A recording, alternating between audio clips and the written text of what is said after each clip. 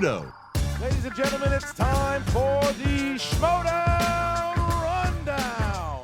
Introducing first, Frankie Stab Janisch, and the host of the Schmoedown Rundown, Brad Gilmore. What's up, Schmoedown fans? Welcome to the Schmoedown Rundown, the official episode of the movie trivia Schmoedown. My name is Brad Gilmore, but you might know me by another name. You might know me as The Boat. Hashtag best of all time. Hashtag best means true. Hashtag boat like. Hashtag I'm on a boat, and the man is back from Orlando. His name is Frank Janisch. Frank, what's going on, man? Nothing much. Busy week, busy day, and Orlando, hell of a time. But there was a slight reunion in Orlando. There was a slight reunion in Orlando, and joining us on the show right now, it is my honor and privilege to welcome the Godfather, the creator, the man, the myth, the legend, live from Orlando. Aaron Turner is on the show. Aaron Turner, what's going on, my brother? Hey guys, much like yourself, I've got my swim trunks and my flippy floppies. I do live in Florida, so I mean that's just how it is. It's how it is around here. But good to see you, Brad. Frank, good to see you again. I'm glad that you are well rested and Orlando didn't take too much out of you. I wasn't there long enough for that to happen. So, but it was close though, even with the short amount of time. It was close. Oh, trust me. Yeah. You were there long enough. If anybody didn't see the live stream that these two gentlemen did, that I cannot get enough of, I actually watched it twice. It was making you me had laugh that much out time on loud. your hands? Wow. I have a lot of free time. You'd be surprised. And I had to watch it twice because it made me laugh so much. But Aaron, it's great to have you back on the show. I don't think you've been on in maybe over a year. What's been going on, man? How's everything been? Everything, it's had its ups and downs. I am a man of the cloth now, as I told Frank over the weekend. I am an ordained minister, so I'm bless you all out there in Schmoeville land. And I'm now writing wrestling again, so that's good for jobberknocker.com, so you can find my work there. I do the weekly recaps for NWA Power with 3 hours or 4, depending on what day of the week it is. So if you like old school studio wrestling recaps, I'm your guy. So that's pretty much it. Well, look at him, a man of the cloth.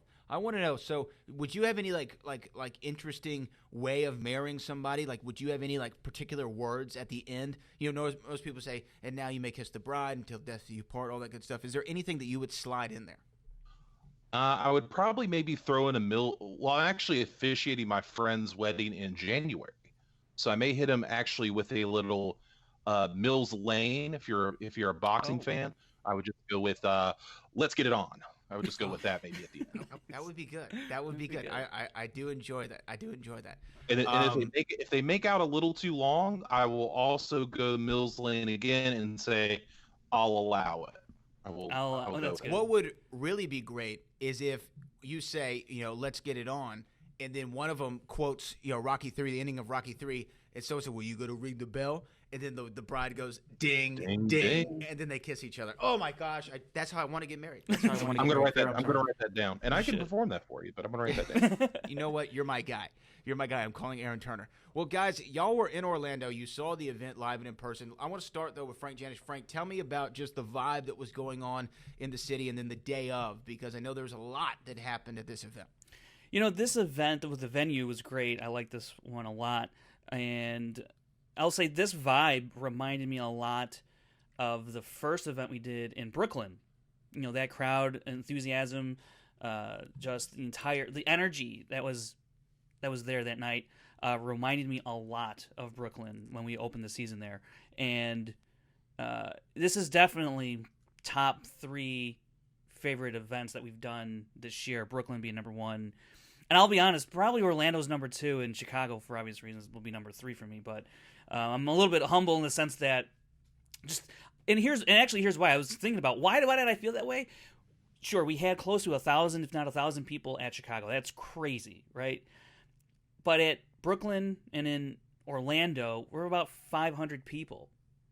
And it's a little bit more intimate. I don't know. I just kind of prefer that kind of setting. Although, I mean, 1,000 seaters is great, but there's something, I don't know, I found something a bit more intimate and a little bit more, I don't know, engaging with a smaller size audience but first of all, the energy has to be there for that size. And I think I just get a big kick out of the energy that comes out of a smaller sized audience. And it was a lot of fun, and those fans were great. It was a lot of fun. You know, Frank, I thought that we were finally on the mend to repairing our broken friendship. And, you know, because I kind of missed you last week. I'm going to be honest. Like, Okay. I was like, oh, man, I didn't have Frank. Like, it's kind of weird.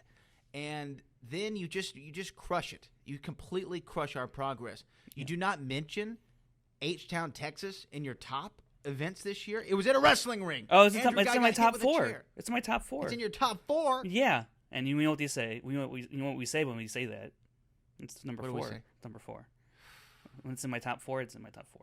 Well, It's it was in my number 4. top 2, and it's not 2. Oh. But let's talk about Aaron Turner. Aaron Turner. This was in your home state, home turf. We've all had a rundown, a Schmoedown in our home court this year. Frank with Chicago, me with Houston, and you now with Orlando. How did you feel? I mean, were you excited to attend your first live event? I was really excited, man. I didn't know what the vibe was going to be because I'd been kind of Schmoedown adjacent. I had to do some catching up, and I hadn't done that in a long time. I haven't binged Schmoedowns in a long time. But right off the top, from what I heard about Houston, it seemed like the place to be. This is what I heard about Houston. I wasn't even there, brother. And I heard that next year Houston, I got to be there. But anyway, that aside, yeah, it was really exciting to be at my first live rundown. It was at the Plaza Live, which is what Frank was talking about. It's a venue where they do a lot of like stand-up comedies there, lots and plays. So it is more of an intimate venue than you're used to, because around here we've got, of course, the Amway Center and big amphitheaters and different stuff around here because it's Orlando and we're large. But it is interesting how the groups of fans were grouped together, because it kind of came into it was sort of bottlenecked in there. There were, more seats at the back as you do, and it all kind of came in together. It sounded excellent. It looked great. It was well lit. I think that, couldn't think of his name, Thad and Cody and Cobster, I think they absolutely killed it. They were the unsung heroes of this event. I think they crushed everything, hit all their cues. Everything was amazing. Well, I mean, and that was what I will say, as far as the look of the show, the look looked really slick this time around. I mean, not that it doesn't typically, but for some reason this one looked better than the Manhattan event that just occurred. Yeah. Like, just the venue looked awesome, the way that it was lit, the entrances, the people were jumping through the screen when I was watching it live. It was really a sight to behold. And the boat was mad that he wasn't in a coastal region for this event, because I feel like that it's just my natural territory, but I do think that it delivered on all cylinders. Now, here's the thing, though, is I only got to see 2 matches, right? I got to see a draft bowl, which was off the charts, as those always are, and we're going to talk about them. And then I got to see the main event, the tag team championships were on the line, brother Jack. And I got to see those 2, but there was a third match that occurred prior to. And Frank, tell the people exactly what that match was. So it was an untelevised, unstreamed fan match, and the stipulation for really of that happening was if we sold 500 tickets or more, everyone would be entered into, all the audience members would be entered into a raffle, and then 4 randomly chosen people in the audience would then go up on the stage and compete in a little Schmoedown match, and the winner of that match, the fan match, would then get an all expenses paid trip to LA and to play in a Schmoedown match filmed at Collider Studios for next season. And 4 people were picked, and we actually, we're going to have the winner of the first ever Schmoedown fan match right here on the Rundown. We are, and we're about to get to him soon. I just want to get Aaron Turner. I want to know, why were you not in this event? I feel like you should have been involved. It's a good question. I'm not sure, but as Frank can probably later, I answered plenty of questions correctly, even the difficult ones during the actual matches. But maybe another time. Maybe another time. Well, just saying. Excuse me. I didn't expect for you to come so strong with your answer. Well, But Christian also handed me a microphone and said, "Hey, can you go outside and do 10 minutes with Frank on stage?" And I said, "Yeah, sure." So, how did that go? Yeah. I got to pop. That's all. I got to pop. That's all I'm saying. Hey, man, if they're reacting, they're reacting. But I feel like, Frank, Janisch, we should go ahead, and I think we should talk about this event chronologically speaking. And I feel like we should start out with the winner of that event. So can we go to him now? Can we get him on now, Frank? Is that cool? Yeah. All right, let's do it. And the winner of the aforementioned fan match that went down, he joins us right now, the Hurricane, Jader Paramo. Jader, welcome to the show, man. How's everything going? Going great, man. Going great. Still surreal, man. Still dreaming about that day. Yeah, congrats on it. So so the boat wasn't in the building, but Frank, Janisch, Aaron Turner were. But talk to me. So I heard Christian Harloff talk a little bit about it on Collider Live. He said that your girlfriend was actually the one who won the raffle. It's crazy how things work. So basically, what happened? I've been a big fan of the show. I can't say from the AMC days. I actually went back and saw some episodes from then. But ever since I joined Collider, right? So I got to see the first, I think it was Campia and Dan Murrow, and I was instantly hooked from that very first episode. I mean, there's some episodes that I haven't seen. I haven't seen every single episode, but I do follow through pretty good. And, from home, obviously, everybody watches, and, you're watching, and I was like, oh, I'm pretty good at this. I'm not that bad. I ended up meeting my girlfriend maybe 2 years, not meeting. Well, we ended up finally dating, and I introduced her to the show. And she would see me watching it all the time. She's like, you're really good at this stuff. When I found out that you guys were coming to Orlando, I'm 4 hours away, but I'm like, I'll make that drive to see this show. I've been a fan of Collider, from, the Schmoes, Collider Live, Collider Movie Talk, the whole nine. And this whole time, when I found out that was a raffle, everybody, like, at least in the community, in the movie community that I'm in, they went nuts. And, obviously everybody starts dreaming, man, if I get this golden ticket, that'd be, it's such a kick-ass experience. Like I posted on the actual Facebook page, and my girlfriend says I'm 100% pessimist because I always think like I have the worst luck in the world. Right. But it is quite the opposite. I do luck out a lot more than I should, I think.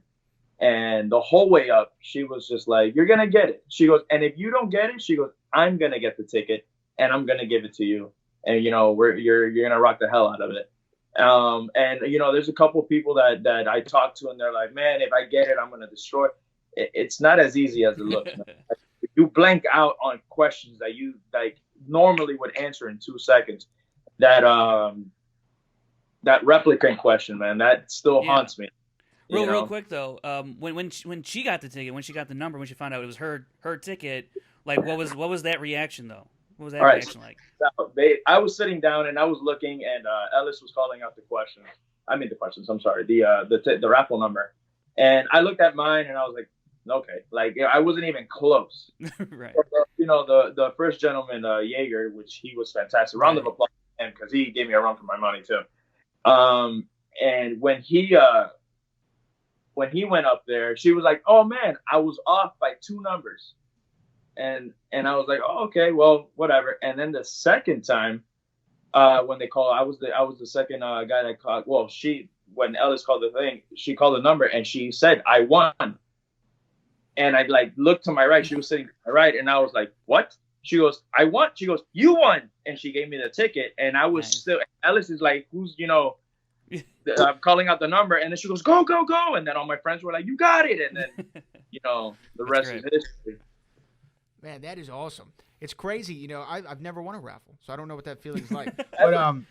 I agree. And I told her because she's like, see, I told you. I'm like, technically you were still wrong. I lost. Yeah. I had the bad luck. You had the good luck. But Aaron, you were there. Talk to me about like just how the match played out. Who was on commentary? I mean, who was calling out the questions? Do you remember? It was Mara and Jen Decker were calling out the questions. So they were both on the desk. A funny thing, I don't know if Christian mentioned this or not, but backstage, we're all kind of standing there, me, Frank, Christian, Ellis, Tom, and some other people. We're all standing there watching. And Christian, like after I think the second question, he kind of like leans in and he points. He's like, that's going to be the guy right there. That's you watch. It's going to come down to these two guys, and it's going to be that guy. And you were that guy. So even if you didn't know yourself, Christian knew that. I actually got to talk to him a little bit after the show, and he told me the exact same thing. He's like, "There's something." It was something about you, man, and we were all kind of like rooting for you for a little bit. And then he's like, I hope backwards hat wins, man. right. Backwards hat. That's right. Backwards hat. You know? And real quick, if you're listening to this on just podcast, just audio only, if you go over to the YouTube version of the show, you'll see some footage from that match that we're going to insert into the episode. So I know a lot of people were kind of wondering, what happened to the match? How are we going to see it? Not in any official capacity, but if you're watching the show right now, you're going to see a bunch of clips from that show right now if you're watching on YouTube. Jader, did that bum you out that the match wasn't airing anywhere? Yeah, no. I at first I was, still to this day I'm still like, oh my God, I can't believe it. Like, and what sucks is around at least my area, my friends, I have movie friends that I do, go to the movies and all that, very casual moviegoers. And then I don't know if you guys know, I'm on a podcast as well, based out of Miami, and we're out of a network called Cine Sports Talk, which is sports, movies, and that's it. Our slogan is we know movies, we know sports, we know nothing else. There you go. You certainly know your movies. For sure. So I told my friends, I'm like, hey, I won this movie trivia competition called the Schmoedown. They're like, oh, congrats, man. That's awesome. And I'm like, no. You don't understand. You don't understand. Yeah, now I'm going to Los Angeles, right?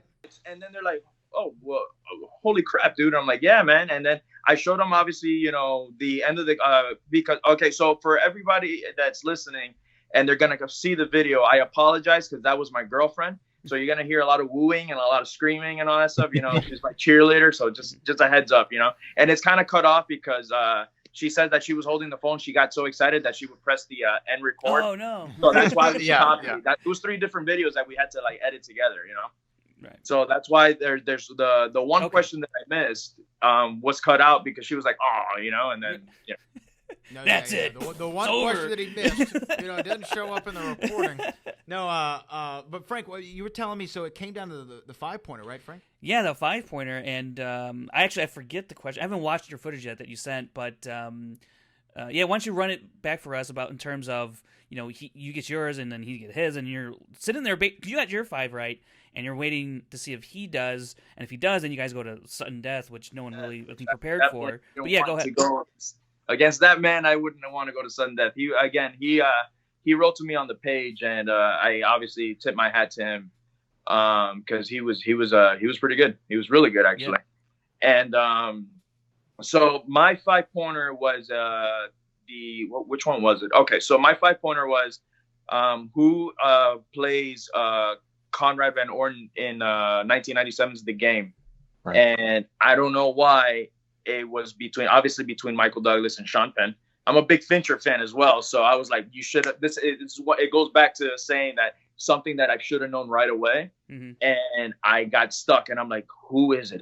And then I remember Connie, and I'm like, it's Sean Penn, and that's when I let it out. Now, when I said it, I was still iffy about it, and I don't know why. I should have been more confident, And I looked over to Mara and Jen gives me this face like you got it wrong, and I'm like, I blew it. And then she goes, that's correct. And that's when you see me go wild, Yeah.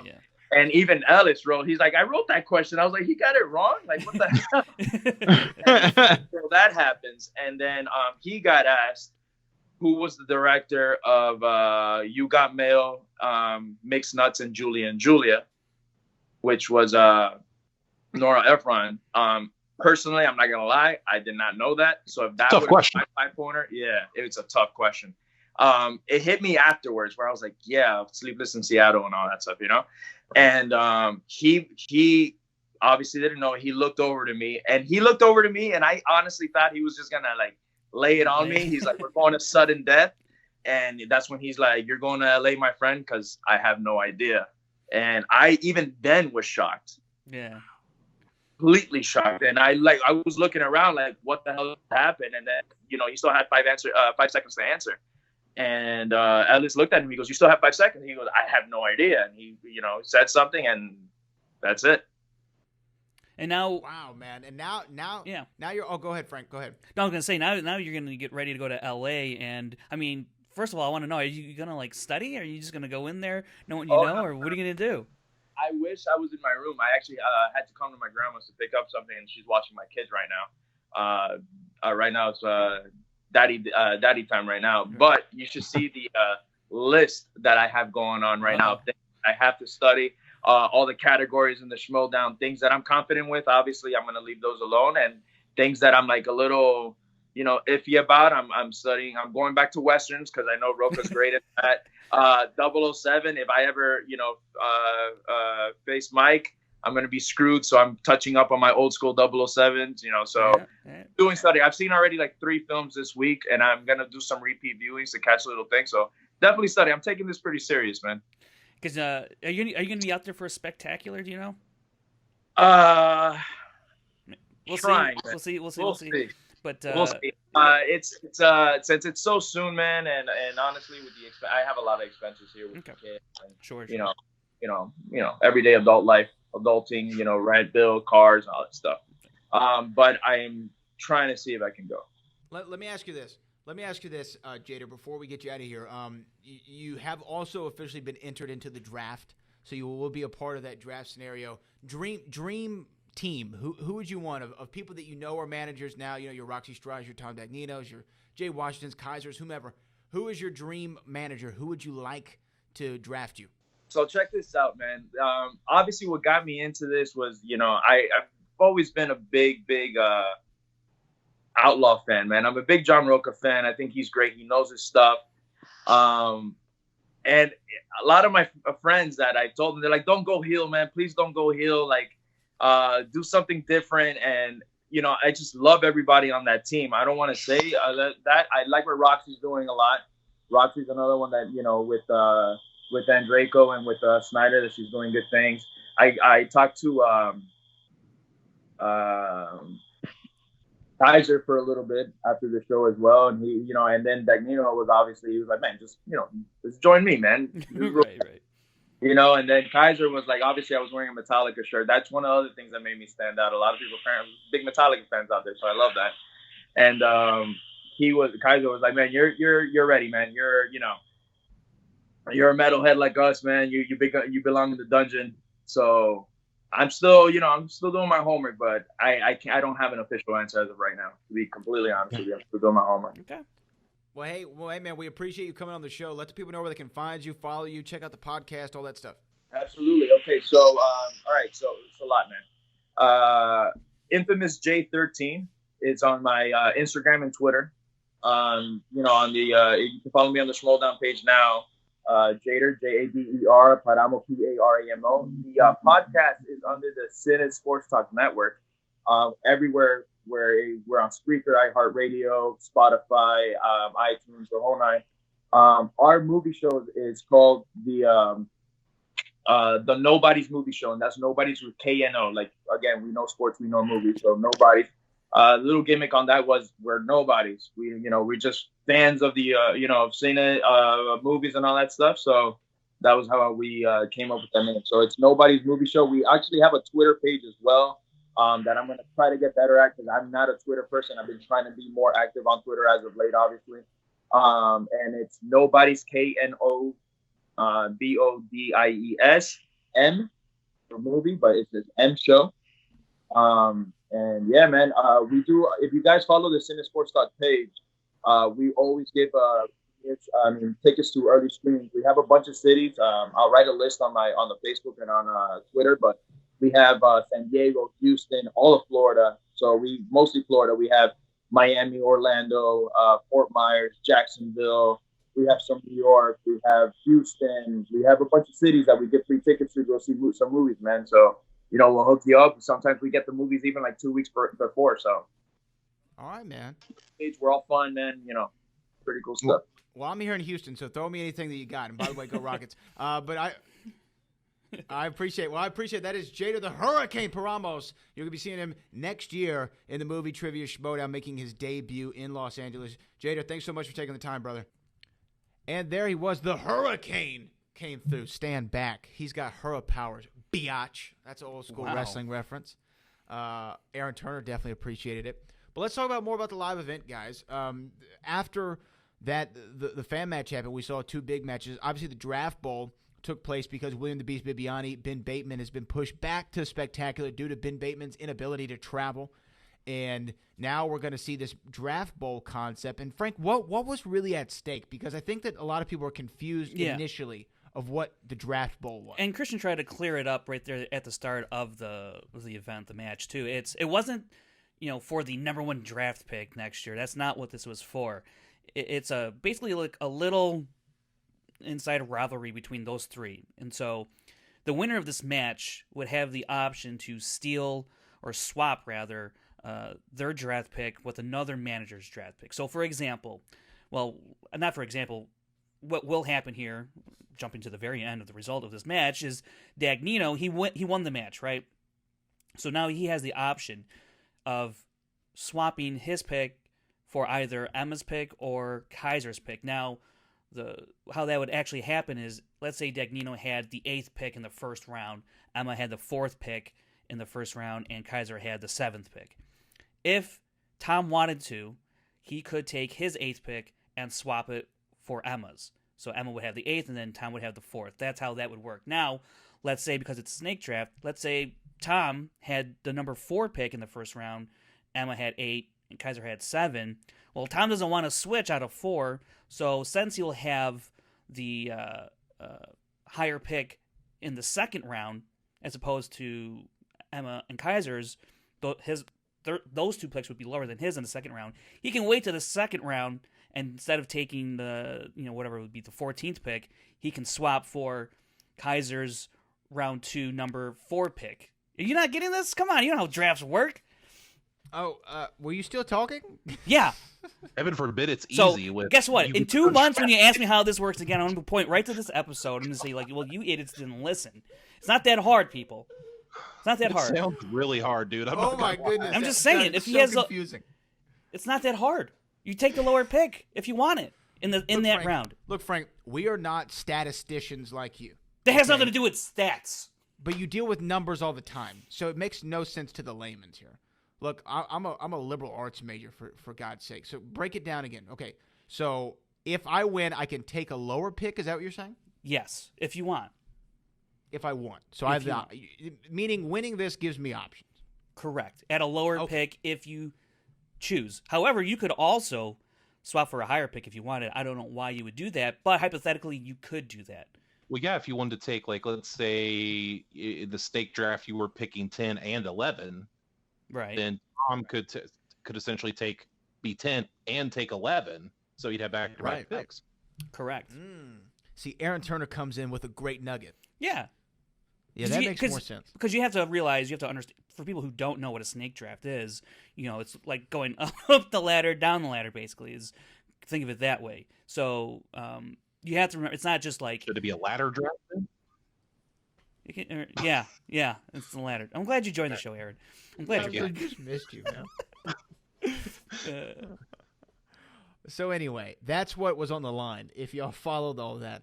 And we saw Kaiser making his debut. And what's funny, Frank, is we did our kind of predictions, all 3 of us really independently of one another, but we all kind of thought that Kaiser might be this dark horse candidate to win this thing because we didn't really know. Yeah. And every time I talked to Kaiser, which was actually only one time prior to this, actually twice, once on the air and then one time in person on ESPN, he called in, which was hilarious. I always thought that he had a really good grasp of film. Like, he just felt like a guy who knows movies and all that. So I thought that he would do well. Unfortunately, he was the first to be eliminated. Right. And Emma Fyfe, who has kind of been the reigning champion of these draft bowls, manager bowl, commissioner bowl concept, she seemed to be the odds-on favorite because she was going up against Tom Dagnino.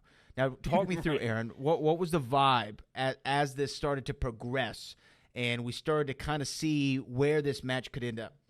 Initially, it was a very pro Emma Fyfe crowd. Let me just start. As are most crowds. Yes, yeah, as they should be, because she's wonderful. As they should be.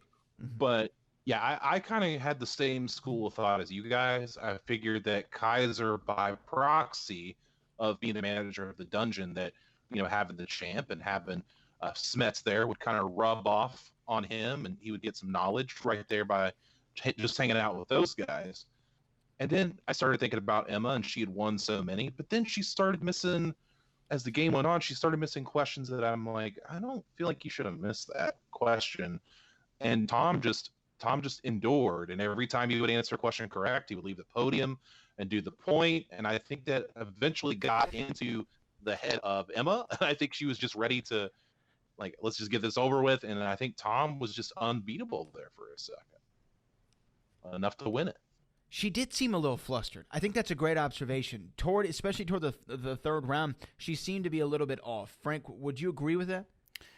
Yeah, something was a little. I think, and also, I mean, look, especially in that final round, he got some pretty favorable categories, and here you go again, trying just to crap all over a man's victory. Oh, you don't think he got favorable categories? Is that what you're telling me? They were favorable. He got Charlie Sheen. When's the last time you saw Charlie Sheen? Come on. Shouldn't taint his victory. Or wait, are you talking foul play? Are you talking foul play? No, I'm not talking about foul play. I'm just saying he was able to get some favorable categories. That happens to basically everyone who wins a match. You get a couple favorable categories here and there, and it helps propel you to a win. That was really no different here. I thought, we got Charlie Sheen, sports, and you got an 80s movie that was in his wheelhouse. So when you're Emma Fyffe and you look at that, and then you look at some of your categories, it's like, that kind of. I should beat him, and honestly, she actually out-answered him.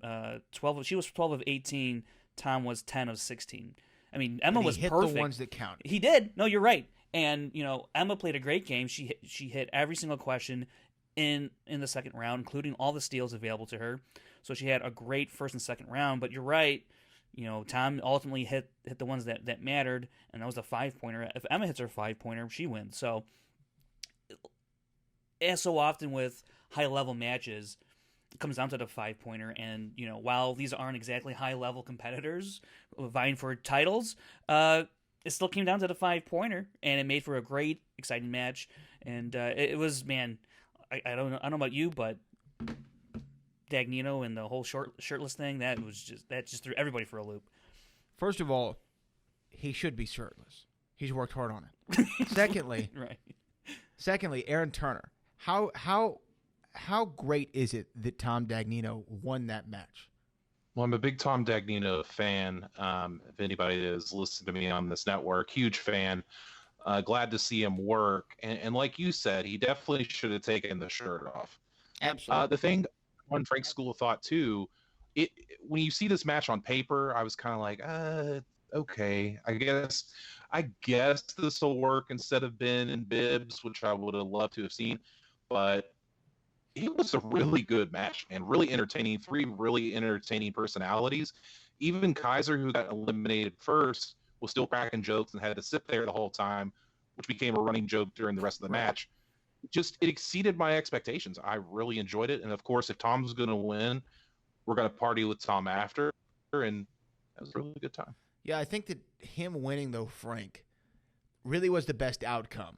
Because him having the edge of some sort, even if it's small edge going into the draft, that Tom Dagnino is going to make the most of it. Because I think that sometimes we let his Dagnino-ishness cloud our judgment of his cerebral ability as a manager, because I think that the case can be made, should be made, and might actually be factual that he's the greatest manager of all time in the movie Trivia Schmoedown. I think he is. I do. I think that it's just bottom line. And then now that he is going to be going into the first ever, the inaugural Schmoedown draft as a man with a slight advantage, that to me will mean everything for Tom Dagnino, and he's going to think about this thing as strategically as he possibly can. Yeah, you say he's a strategist.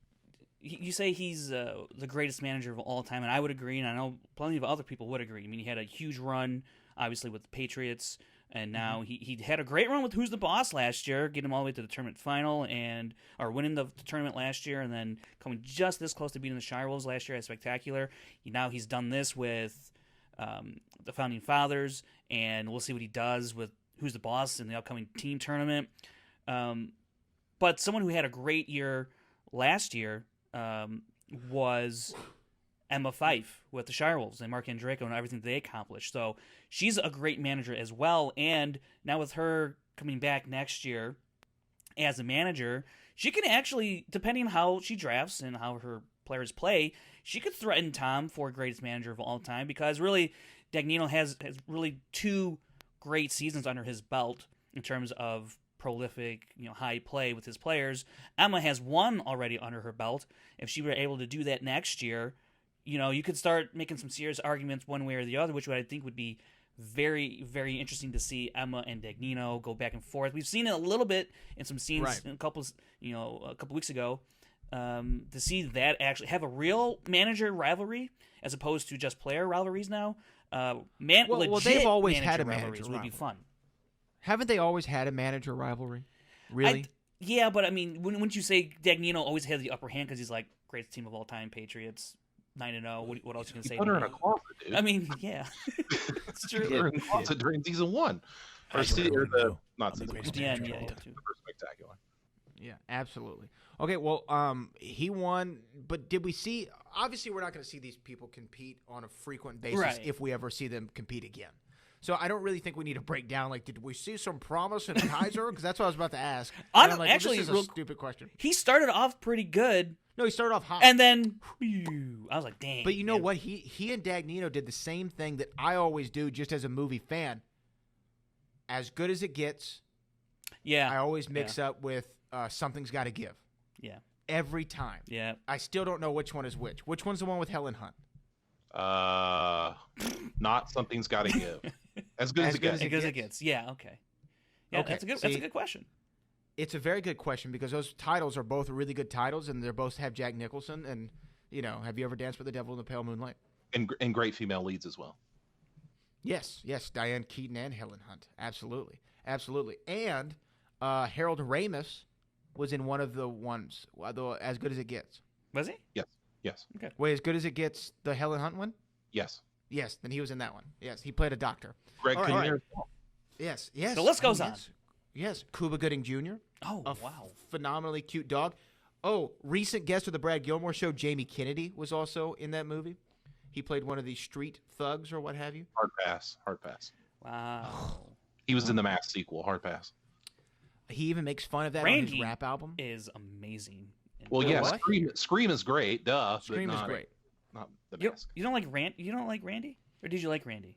No, it's great. Scream's great. God damn it, Aaron. it's a timeless classic. All right. Moving on. Jamie Kennedy did a rap album called Blowing Up, and on the album he has a song called Mattress Mac, which is named after a furniture salesman in Houston named Mattress Mac. Jim McIngvale just put like $8 million on the Astros to win. Ooh. Oh, boy.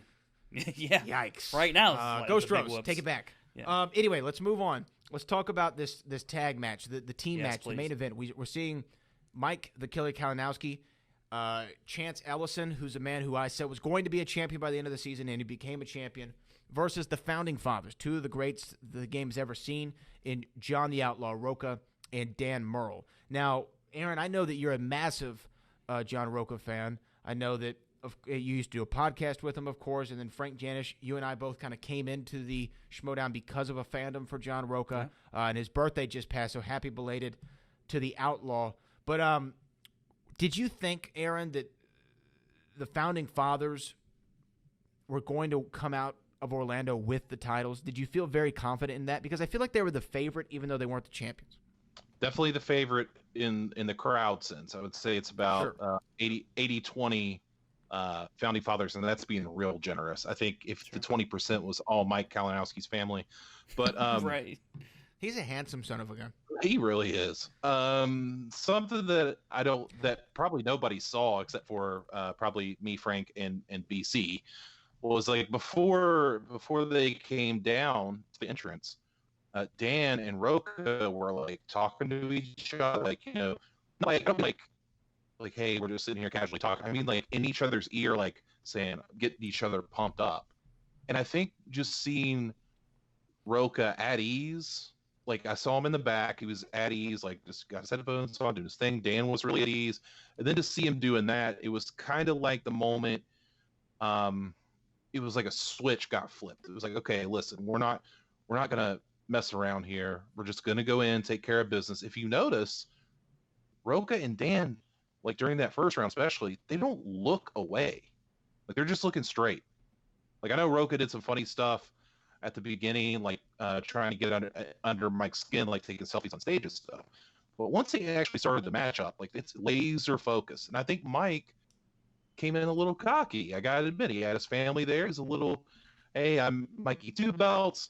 And I just think that it was going to be the night of the Founding Fathers no matter what. Well, Frank Janisch, do you agree with that assessment from one Aaron Turner? Yeah, he talks about seeing Merle and Roka just before their names are called and walk down the aisle and onto the stage, and yeah, they shared like this moment of, here we go. This could be the last time, and I don't know what was said, but I can imagine, them telling each other it's been an honor, and if this is how it ends, what a hell of a way to go out. But yeah, it was interesting to watch that moment. Maybe like 10 people saw that, to be honest with you. So I feel I don't know how I feel about being one of those people that saw privileged. Well, yeah, a little bit, but like at the same time, it's like, oof, and you're right about Roka just being laser focused. He put himself into a state of being to just focus on the questions, answer them. He's been preparing, and he a couple weeks ago, I think it was against one of his matches. I don't know if it was against. I think it was against Mike. After that, he had to thank Ben for helping him out, and he has obviously Riley and Merle right by his side as well, with Dagnino being like the world's most ridiculous and fearless cheerleader of all, which is something that I don't think can be quantified or expressed enough how much that might mean to somebody who feels like they're up against the ropes. People are counting you out, but you got a guy like Dagnino telling you that you can do it, and it makes things a little bit easier when your partner's Dan Merle, right? And certainly doesn't hurt. It does not. But the focus, you're right, Aaron, was there from the very beginning. And I'll say this about Mike in terms of, I don't know about cockiness. To a degree, you're probably right. But look, he was leaving that stage still a champion, one way or the other, with a legit belt over his shoulder for Inner Geekdom. So you can carry that with you in and out of any match you're in, and rightfully so in my estimation. But look, he had every right to be confident that him and Chance could beat Founding Fathers. They've done it twice. They've done it soundly for sure once. And, you talk about that first match however you want, but they should have definitely been as confident as they were. I will not blame them for that, because you need that confidence to play against players like Merle and Roka in these types of situations. And I just think it's fun the way Kalinowski can lean into that side and embrace it, fully knowing well that he could fail. And that's to be commended. So, when I was watching this match, something really stuck out to me about John Roka. Fans of the WWE obviously know who Brock Lesnar is, right? Brock Lesnar, also former UFC heavyweight champion. There's a guy, though, that since he's come back to WWE, he only does the big shows, right? You only see him at SummerSlam and WrestleMania and all this stuff. And sometimes it's looked at negatively. I don't think so. I think it's because he adds a level of importance to these shows whenever he's on, right? And like Brock Lesnar, we've seen John Roka kind of sparingly throughout this season. I think he had the couple matches early on with Rachel Silvestrini and Draco, and then the triple threat with Bibbs and Ethan, and then he kind of disappeared into the abyss a little bit. He was here with Founding Fathers, but just kind of as a singles performer, he wasn't as active as he was the season prior. Then he went into this Ultimate Schmoedown tournament. It didn't turn out his way against Mike Kalinowski, and I think that loss is the most important loss in. Let me backtrack. That match with Mike Kalinowski, the most important match I think of this season, because that match with Mike Kalinowski, I think, is when we saw John Roka come back to life.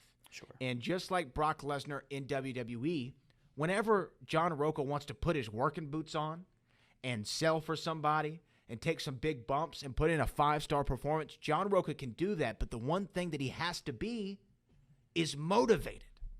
And John Rocha was motivated to beat Mike Kalinowski this Saturday in Orlando. He was motivated to do that. And I thought that there wasn't a chance on God's green earth that John Rocha was going to lose to Mike Kalinowski. I really just did not see it. And that's why I think John Rocha is the Brock Lesnar of the Schmoedown, just because he can come in, he can tear crap up, he can F5 you, he can suplex you, and he's going to put in a 5-star performance. I think with Rocha and that Kalinowski match, it's huge going into this title match because he had to play well. He had to play great in order for, even if he lost against Kalinowski, he had to play well. He had to play great, I should say, against Kalinowski. Win or lose, he had to play great because you're going to carry that confidence in that play, that form into this title match. So let's say he beat Kalinowski, but he barely beat him. You know, I don't know what his level of confidence would have been. It's like, I still got a lot more work to do. I'm not where I thought I was going into this match. Right. We'll see about this team match. But, I got Dan as my partner, and he's really good. So I still have confidence, blah, blah, blah. But you beat Kalinowski in a pretty convincing manner. You play well. And you're like, I'm on my game. I got Dan. I feel like this is it. But it's going to be a tough match, but we're ready. I'm ready. And, I think I said it too when he had his match against Mike. That was the best thing that could have happened. Just to play great, carry that over into this match. And it freaking showed. It absolutely showed. Aaron, what do you think about my assessment of John Rocha, after beating Mike Kalinowski in the singles tournament, really becoming the John Rocha of old? I love Rocha. He's a good friend of mine now, which is kind of hilarious where we started at on this show. But I'm not ready to call him Brock Lesnar because I don't want him to get a giant head about that. So I'm gonna let you have that one. He's got a giant head. Yeah, well, you see the hat he wears? I'll let you have that one. But as a fan, and then seeing this Rocha, it was actually cool to see him in his element. Yeah, because I always know him as the wisecracking guy on the wrestling podcast, or talking back and forth to me in text. But I even told him when I was there before he went out, I was like, I'm excited to see you kind of in your element to see what happens. And God puts on a show, man. I was really impressed. I kind of find myself, we get these cool privileges. We get to meet these people. We get to go backstage. We get to kind of know them in personal life a little bit. And I kind of went back to being a fan for a second, sitting there watching him come out and doing his thing. Is there a ghost? There's something in here. I'm hearing noises, but continue. Okay. A little bit. So the Houston for you, but yeah, just to see him in the element. I think there's a lot of truth in what you said about the old outlaw coming back. I think that would be pretty awesome to see that wisecracking, tough country outlaw guy come back and start stomping mud holes in people again. I would love to see that. Yeah, and I think that's what we were seeing. Now, Frank Janisch, walk us through the match a little bit. I mean, I think that both John and Dan got perfect rounds. Yeah, so they both went perfect 8 for 8. Then they both got the bonus. And I told Dan and John after the match, I was like, that's only happened once to a team before in the history of the team division, where both players went 8 for 8 and both got the bonus. The last time, and the only time that's ever happened, was Top 10 versus Top That, when John Rocha and Matt Nost did it. So the fact that John Rocha has both those occurrences with his name attached is something else. And he's won titles now with both of those teams, Top 10 and Founding Fathers.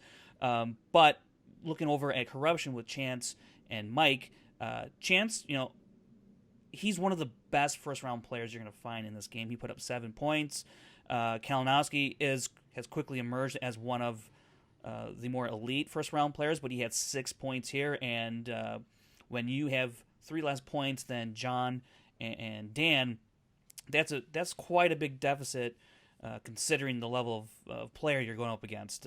But what the score was, 18-13 at the end of the first round. That is that's actually a score you would find after a 3-round match for a singles match. You know, Banger, man. Yeah, this place was on fire when after that first round they both went double dewberry, as we're calling it now. Phenomenal wording with double dewberry. I got to tell you, The double dewberry occur.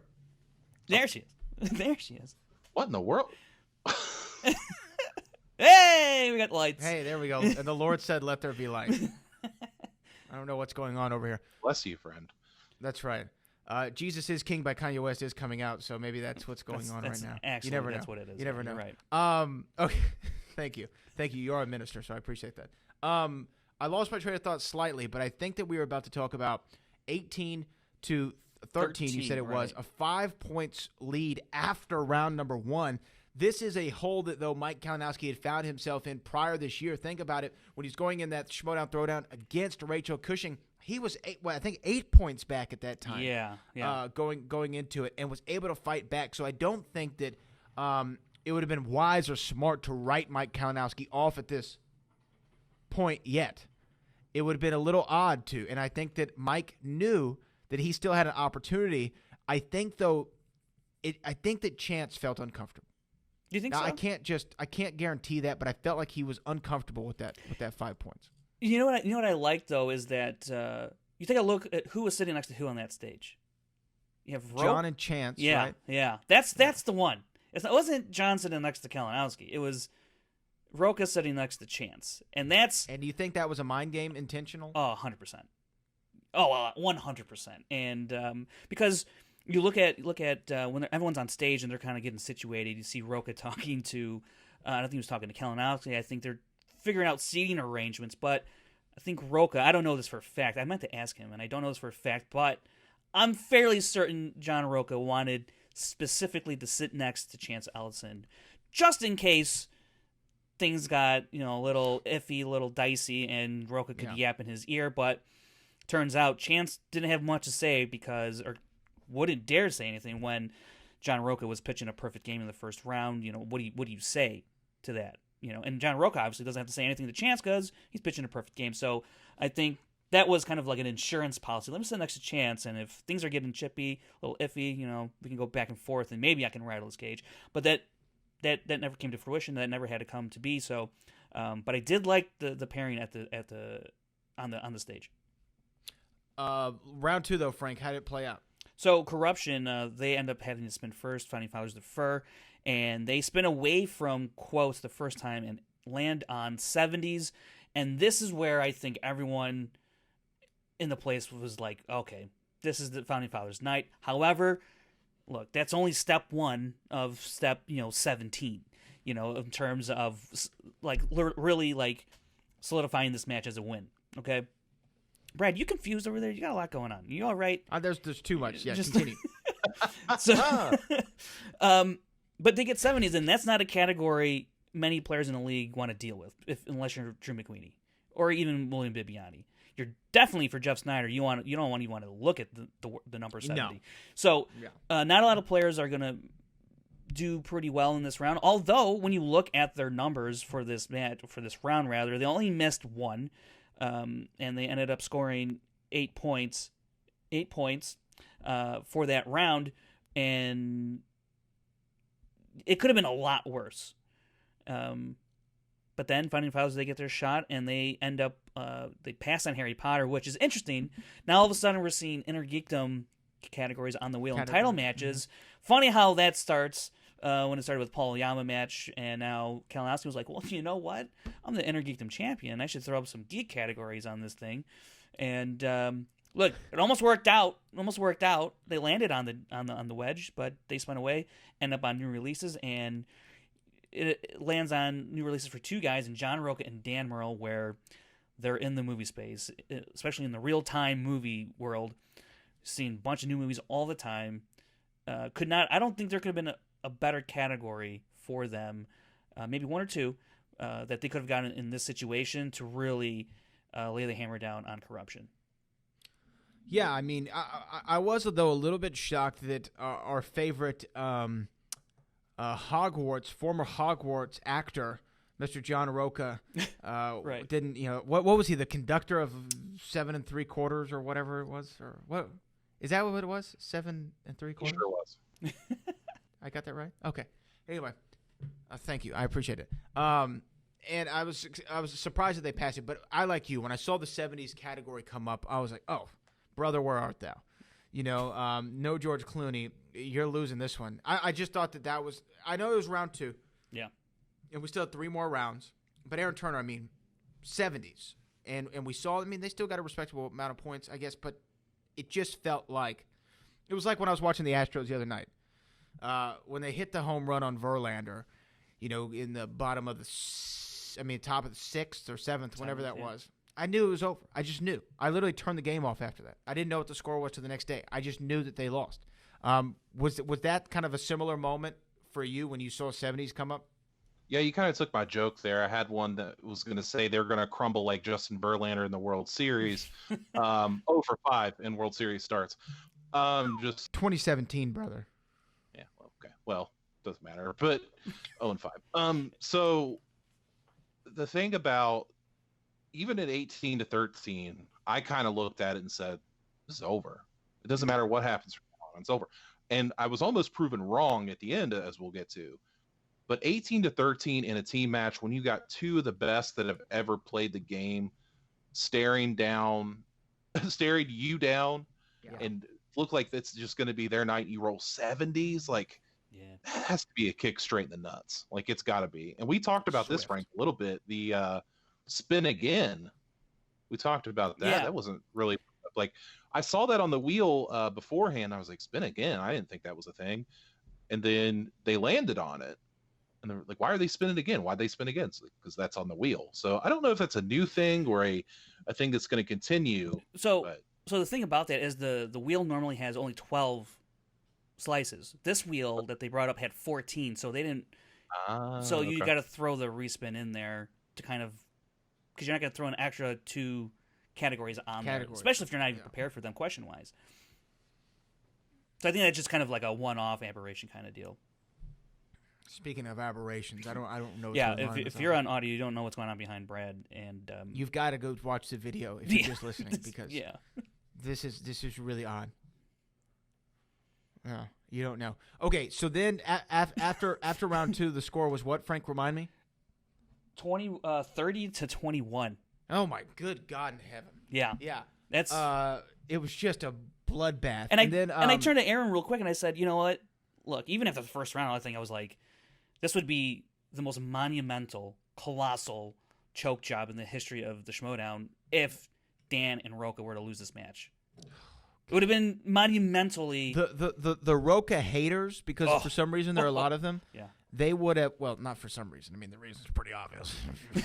But no, the Roca haters would have had all the ammunition in the world to never allow him back in. But I just like everyone was saying, like, especially 30 points after round 2. What are we talking about here? Jeez. Yeah. They're going far and beyond the normal expected point totals for a team match. Even just think about this. I know it was a 5-rounder, but just stop right there. Where does that rank of the highest scores? So, I was about to say, they're only 6 points after 2 rounds away from the record, which Korruption set against Shirewolves. They're only 6 points away after 2 rounds. Incredible. They were firing all cylinders. 5-round setting.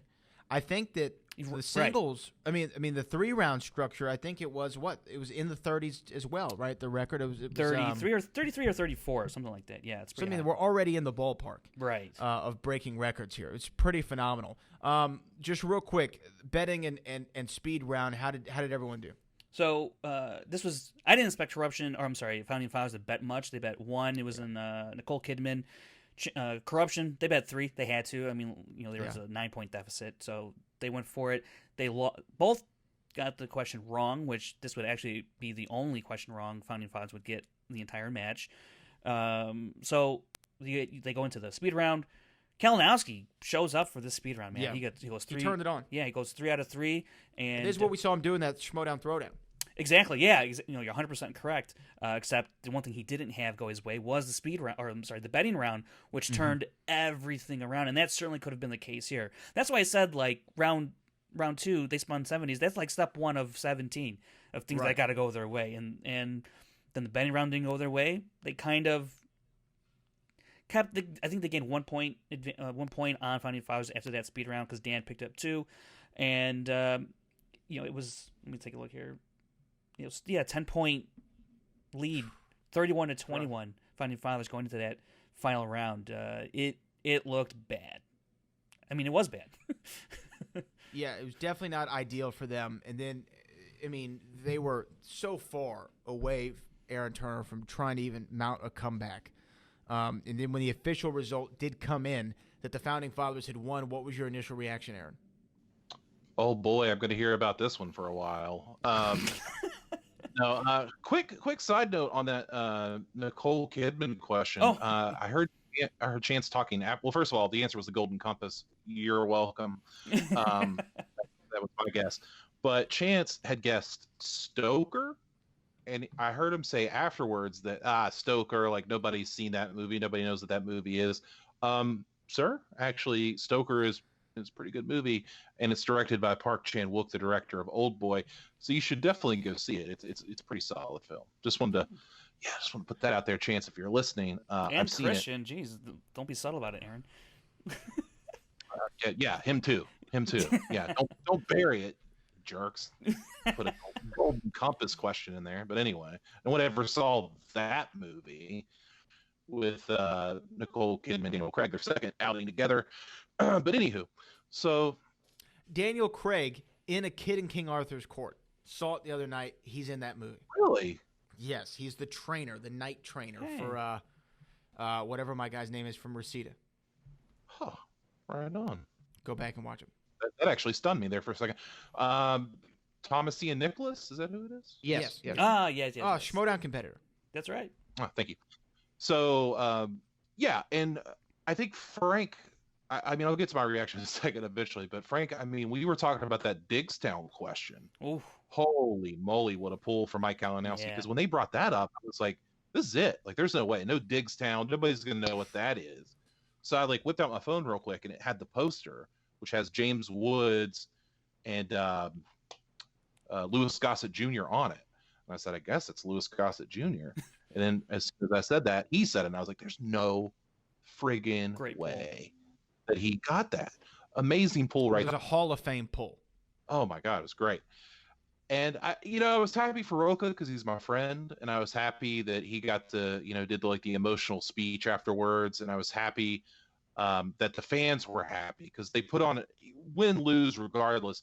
It was an amazing show, and it brought me back a little bit to oh my God, I remember what I loved so much about this show, and seeing it live, enhances that, and to see one of your friends win and people that you really enjoy watching win, it's a pretty awesome experience, and I can't wait to do it again. Yeah, absolutely. I thought that this win, it cemented a lot of things for me, but it cemented John Roca more than anything. I think Dan Murrell had already, not that John Roca didn't cement his place, and I know I'm kind of making this match about him, but I just really feel that this was John Roca, again, getting another championship back, being another two-time player, winning it back. I still think that, Frank, you might agree or disagree with me, as far as the two men who have brought two separate teams to the championship, the team championship being Jeff Snyder and John Roca, I still think Jeff is right there. I think they're 1A, 1B, but I think that Jeff is still the greatest individual team player of all time, if that makes sense. Snyder is the greatest team player? To bring, I'm saying the two guys to bring the two teams, I don't know. That's close. It's close. That's what I'm saying. It's like a 1A, 1B kind of thing. Yeah, you're right. I think it was Brad Rutter myself, but Brandon Rutter, yeah.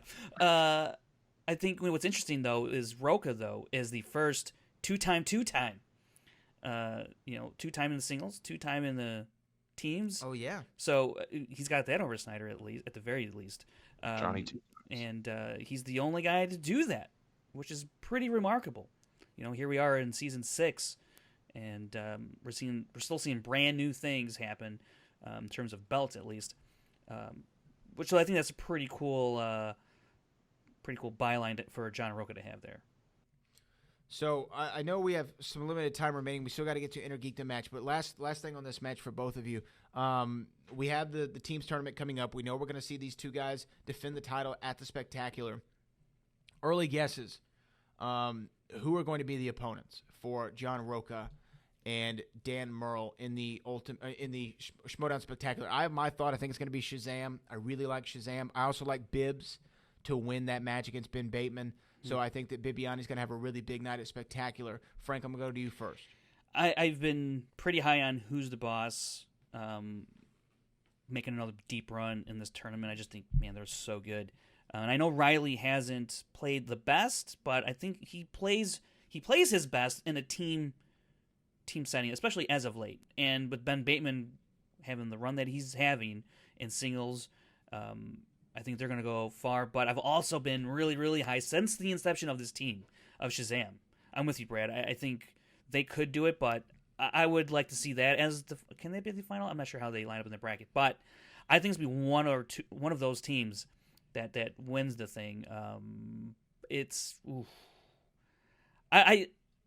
be crazy to have Who's the Boss and Founding Fathers play for the titles at Spectacular. That'd be interesting. It would be really fun. Aaron Turner, any suggestion you want to throw out there of a potential matchup for the Founding Fathers? Just for that reason alone of the inner turmoil, I would like to see Who's the Boss get there. Can I make one? I just want to make one quick anecdote about the match. I know we're done talking about it, but I think one quick note if I can. MVP of the match, I don't think were any of the competitors on stage. I think the MVP of the match was after the interview. Shannon Barney, guys. Yes. She crushed it. She absolutely, I was not expecting that from her. And then Jen teed it up and Shannon hit it towards South America. Like she knocked the hell out of it. I was really impressed with that. And it came with such ease, like no practice, just boom. And I thought she was fantastic, pitch perfect, short, sweet, got to the point, drove a dagger into Ken. Oh my God, that was something special. You know, actually, I'm glad you bring that up because there's a couple things that I wanted to talk about, which I found really, really interesting. First, let's go back to that Draft Bowl entrance with Emma Fife. She comes out with Korruption's theme music. I don't know what any of that's about. Like, that doesn't make any sense to me. And there was this picture put on Schmoedown's Instagram, and maybe it was on the Facebook page as well, but it was Emma in a picture dressed all in black leather and all that with Korruption. Right. Now, you're right. Anyone can just take a picture and, it's backstage antics. And Emma said that was an older picture. Right. It was an older picture. But it's curious to me that mere days before this match, her match in the Draft Bowl, it comes out, and then she walks on stage all black, coming out to Korruption's theme music. Interesting, okay? And now we fast forward to the end of the title match, and you have Shannon Barney as the manager for Korruption. Grace and Ken were not there. She buries Ken and Grace. I do not know what in the world is going on with Korruption in terms of Emma Fife using their music, Shannon Barney now representing Korruption. Is this like the world's longest coup? I don't understand what's going on here in terms of the inner workings with the Korruption folks. So what does this even mean? I don't understand, and it's very interesting. Because I did ask Shannon later, I was like, so you're doing this manager thing. Is this like a thing that's going to permanent thing? Are you in it now? And because I think I heard somewhere that she really had no interest in being a manager, but then she pops up on stage as a manager for Korruption, and I was like, and she's like, we'll see. And I was like, well, I don't know what that means, but it could be interesting. I definitely think that, Aaron, I appreciate you for bringing this up because she hit it out of the park with her promo. It was great. She had a lot of energy. I think sometimes also having the energy of the crowd there for you really can bring it out of you. Remember Ben Bateman hadn't really had that promo moment until earlier this year in Brooklyn when he came out and he's like, the boss is back, and he did his whole thing. That's right. And I think that sometimes that live crowd tends to lend itself to better promos. But yeah, I mean, absolutely. I don't know what's going on with Korruption. It is going to be interesting to see, and maybe we'll get answers at Spectacular. Maybe we'll get answers at the draft. Frank, you have one last thing. One before last we move thing. to the I don't even know. I don't even think we're allowed to talk about it. But Roka's Oh God. spiel at the end about the belt and his lady, but let's just say, as of late, Does that make air? yeah, as of late, he's been killing these post-match interviews one way or another, and I think that's all we'll say about that. I don't know if you guys have anything you want to say. I do not want to comment on that whatsoever. whatsoever. Well, I guess it lends credence to your Brock Lesnar comparison, because that was a Brock Lesnar promo that he cut at the end of the match.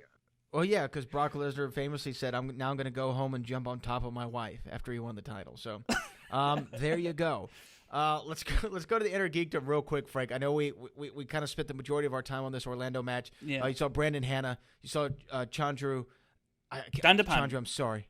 Give it to me one more time, Frank. Dhandapani out there, and I really like Chandru. I've said that a lot on this show. I really liked him in this match. I like him to go on and potentially be performing at Spectacular. I think he's been a real standout this year in Inner Geekdom. What do you think, Frank?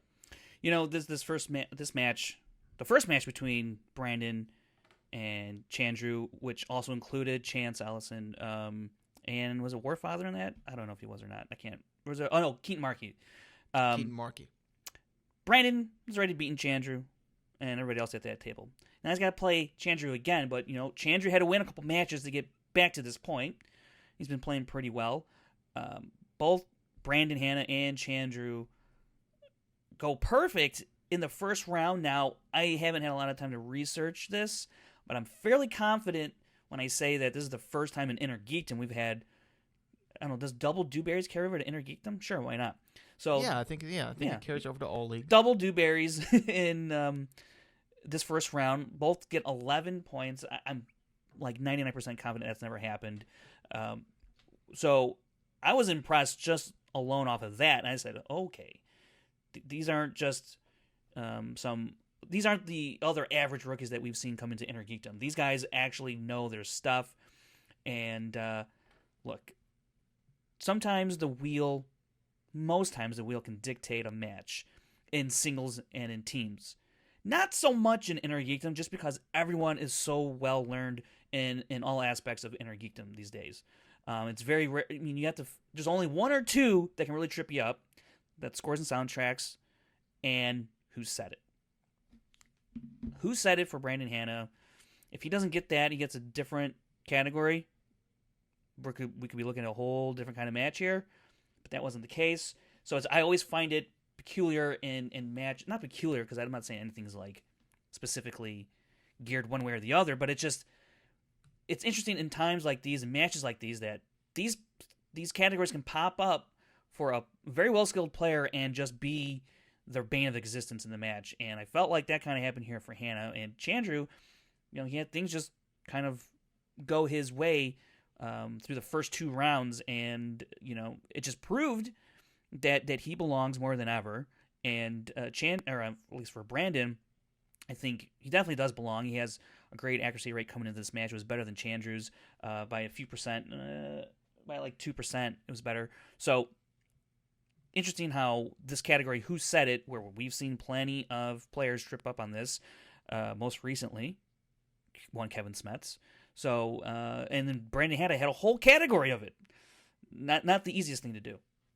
Definitely not. Aaron Turner, quick thoughts on Brandon Hanna.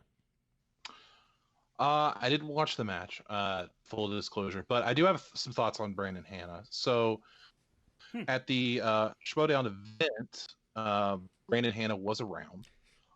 We didn't converse because he just ignored me the entire time. I stood right beside him at one point, talking to Frank and PJ, good to meet you, PJ, for the first time. You're excellent. Shout out, PJ. Yeah, he's great. So Brandon just does not even have the common courtesy to introduce himself. And he said my name, so I assume he knew who I was, but he did not acknowledge me. So then this clown goes, I get on Facebook one day. I'm like, okay, checking the mentions. Friend request, Brandon Hanna. I said, who in the blue hell does this kid think that he is, trying to send me a friend request when he won't even introduce himself? From what I heard, he's sending text messages to people saying that he's lonely. So I don't know who this kid is. He's on my hit list. Oh boy. Right now. Oh boy. Whoa, hit list. Whoa, Okay. man, he threw that one out there. Metaphorically speaking, of course. Right. Metaphorically speaking. I will say though, in terms of Brandon not really acknowledging people, there was this one moment where Brandon almost did not want to acknowledge me. If we can put this on the screen real quick. See, here I am dancing right next to Brandon Hanna. Doesn't even want to acknowledge me. Doesn't even want to acknowledge me. I think it's a history. He has a history of this, Aaron. Now, so. Frank, remind me of this. Is Brandon Hanna the one who doesn't think Back to the Future is a classic? I believe so. I believe so. Brandon Hanna, you're an idiot. It comes from upbringing. Your parents are probably idiots too. So why don't you make like a tree and get out of here? Anyway. Well, I mean, he had to get out of the way for God, Chandru's winning interview. He lost to Chandru Dhandapani. Hell with him. Hell with him. You know what's interesting is Chandru TKO'd Brandon Hanna. Even better. Which was kind of surprising, to tell you the truth. I thought, well, look, Brandon's Star Wars 5-point question, what's crawling, Anakin's ship. I remember I was like, oh, that's got to be buzz droids, and that's what Brandon says. And actually, vulture droids. That's a pretty tough question for a 5-pointer. But Chandru ends up victorious. Let's see, he answered. Oh yeah, Chandru only missed one question. He's a beast in the match. Incredible stuff. 17 of 18. Brandon Hanna was 16 of 20. Still very good. That's 80%. But just wasn't good enough when you get up the likes of Chandru only missing one question. And now Chandru is going to face Kevin Smets in a number one contender match. Winner will have the right and privilege to play one Mike Kalinowski at Schmoedown Spectacular December 7th down in LA. If you don't have your tickets, go get your tickets now because it's going to be a hell of a day over there. But I'm looking for... Look, if you had told me Chandru Dhandapani was going to play Kevin Smets for a number one contender match, I would have said, Kevin's gonna easily win this match. But given the way Chandru played in this match, Kevin's gonna have his hands full. He's absolutely gonna have his hands full. And I'm quick pick. I'm picking Chandru to go out there and beat Kevin Smets. We're gonna see what happens. We got to wrap it up here, guys. Let me go to Aaron Turner first. Aaron, thank you for coming on the show. You're welcome back anytime. It's open door policy with the Podfather. Aaron Turner, you like that, didn't you, Frank? But Aaron, why don't you let the people know where they can find you, follow you, and all that? You can find me on Twitter at only Aaron Turner, except for Brandon Hanna, because I'll block your ass.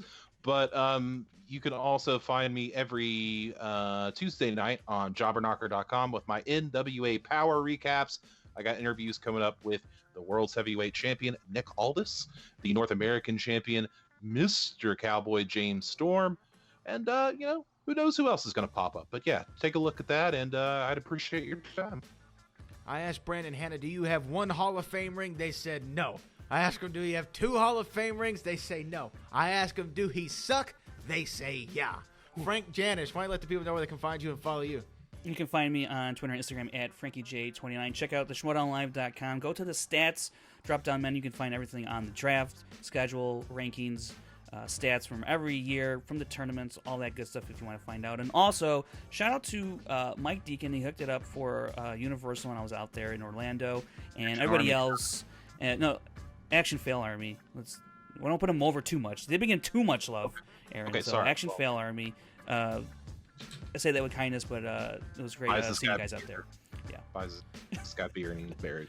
Well, first of all, I want to be hooked up if I go to Orlando with Universal. I've never been to Universal, but I am Brad Gilmore. You can find me on all social media at Brad Gilmore. I am the boat. And by the way, shout out to at Movie Blog Merc, MERC. I listened to the show last week. Capsize! Yeah, I did too. Yeah, and he wants to capsize the boat. Yeah, so, right. As The Rock once said, why don't you know your role and shut your mouth, you candy ass. Now, can you dig that, sucker? This is the Schmoedown Rundown. We'll be back next week.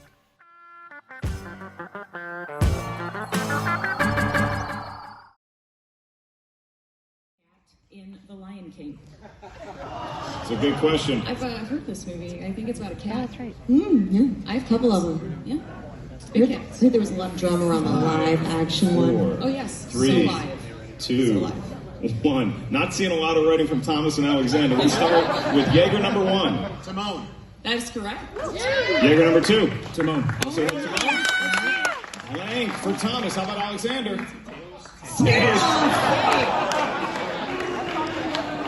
you ice them before this match?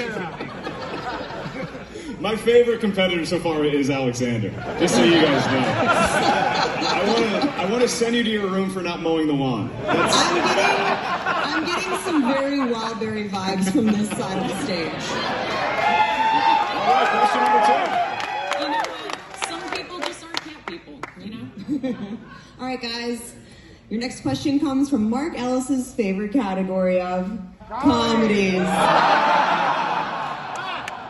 Oh, he's got it. Did I nail it? Great. Nailed it. Which 1999 Mike Judge directed comedy stars Ron Livingstone? All right. He's that guy that you always know his face, but you don't know his name. I don't know his face. Sorry, Ron Livingston. All right, the competitors are right. 5, 3, 4, 3. We can't count. 2. Counting is hard. 8, 4, and hands down. Hands down, starting with Jaeger number 2. What do you have? Office Space. Office Space is correct. Did Alexander have it? Did Jaeger number 1 have it? He did. 2-0. It is now a war of the tables, ladies. I didn't know that was going to win. I was watching it. I'm not like you guys. All right. Question number 3, the category of movie characters. It might be about a movie character. Maybe. In which film will you find a coach named Norman Dale? Oh, that's a good question. Good sports town. Orlando. Theatrically released in 1978. Oh, and it's a Friday date. the 13th, Halloween, or A Nightmare on Elm Street? This I question love how written on an official you are. airplane by me. That's so official. You brought like an actual clock, whereas I'm just like doing the hard math in my head over here. I brought a Does 21st Mara have the century clock out? It's not. It's a cell phone. Oh, that's great. Yeah, it's adorable. All right, 5, 4, 3. Ooh, come on, 2, 1 3/4, 1 1/2, 1. Alexander got it in time, and you are going first. What's your attempt at an answer, sir? Friday the 13th. That's incorrect. Does Jaeger number 1 have it? Halloween. That is correct. Jaeger number 2 also has it. Thomas has it too.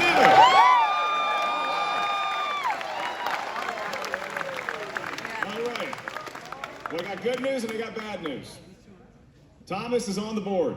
The bad news is Thomas trails by 2. Alexander trails by 3, and there's only one question remaining. But we still are going to ask the question. So, gentlemen, soak this in. Soak all of this in. The final question in round number 1. All right, final question of round number 1 is in the category of movie quotes. What 2000 film features the quote, "What we do in life echoes in eternity"? This is not a Calvin Klein quote. No. What you guys couldn't see is it backstage. Frank Janisch just did this. How about another hand for Frank Janisch and Aaron Turner? Fantastic, gentlemen. All right, 5, 4, 3, 2, 1. Okay, the countdown is in, and Jaeger number 1. Gladiator. Jaeger number 2 has it as well. Thomas. Blank, but does... Titan A. So close. It's so far away. Ladies and gentlemen, how about a huge round of applause for Thomas and Alexander. Thank you, gentlemen, for competing. So Jaeger number 2, I'm going to ask you to move to the far side. There you go. So now it is between Jaeger number 1 and Jaeger number 2.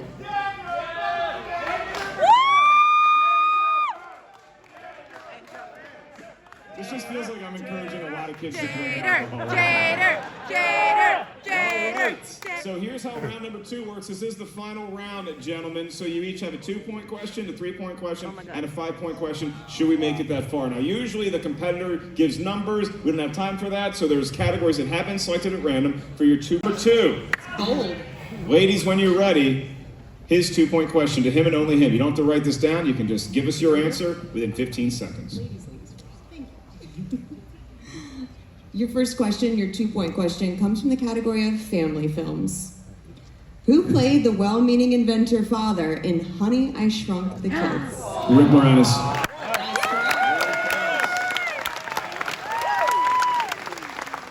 Noticing a lot of cocky fans out there. All right, so Jaeger number 2 has a 2-point lead over Jaeger number 1, and now your 2-point question, sir. All right, the category of action, your 2-point question is, what A-list actress played an assassin named Fox in the film Wanted? Angelina Jolie. That is correct. We got some stars up here. This is impressive. Back to Jaeger number 2 for your 3-point question.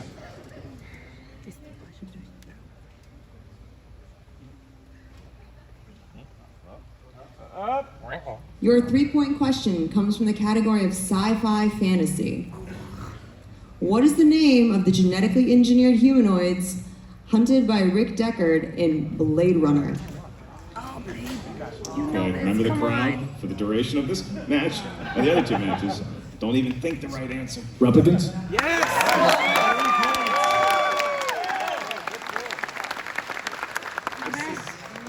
This is so good. I feel like the hype man for each guy. As soon as they go in red, I'm like, oh, you didn't know that! Goddamn right. Mark and tell them, regardless of what happens, they're still going to lose because Kaiser's going to want to rep them. So. You could get a manager out of it. All right, so now Jaeger number 1 has to match with his 3-point question. All right, your 3-point question is in the category of rom-coms. In It Could Happen to You, what actor plays the cop who wins the lottery opposite Bridget Fonda? The Nicolas Cage. The Nicolas Cage.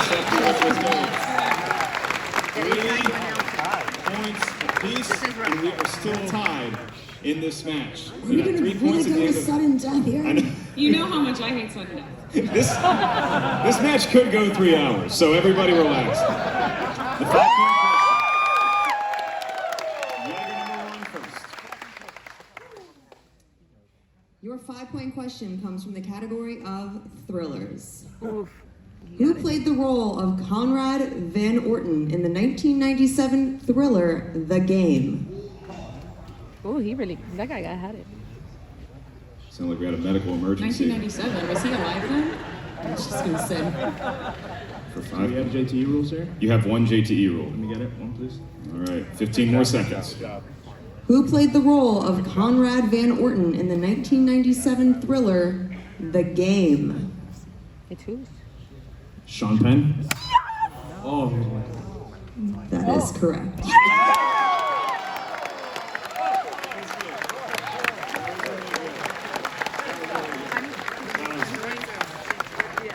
I wrote the damn question. I was like, he missed that? What? All right, so to tie to force overtime, Jaeger number 1 has his 5-point coming up. Category for your 5-point question is directors. Name the director of movies such as Julie and Julia, You've Got Mail, and Mixed Nuts. You're going to LA, my friend, because I have no idea. Oh my God! Yes! You don't want to wait. You got 5 seconds left. Venture a guess? Robert Altman. Jaeger!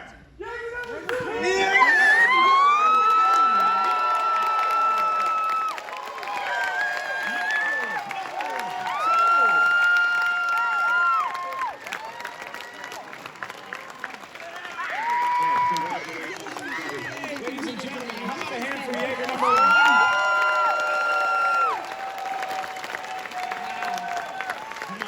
Come on upstage, film with me for just a sec. Now, Jaeger number 2, you just won your first Schmoedown. I mean, how's that feel? That's amazing. I'm super nervous right now. I'm sorry. So it took you a minute to pull that replicant's answer. Did you? What did it just pop into your head? Was it in the back and it just had to fire into the front? Exactly. What I've learned is that post-game interviews are harder than they look. Now, Thanks, Mark Ellis. I appreciate it. ladies and gentlemen, Jaeger number 2. Give us your full name. Jader Paramo. He is going to Los Angeles to compete.